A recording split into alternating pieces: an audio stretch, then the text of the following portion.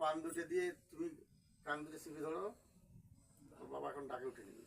হ্যাঁ বাবা, তীর্থ বাবা, তীর্থ বেটা, কান সাইড করে ধরো, সিঁদুর গুলো ভরবি তো গালো দাও। হ্যাঁ হ্যাঁ সিঁদুর ভরে দাও, দাও ও দুটো পান দুটো থুন রে, দুইটা দুইটা থুন।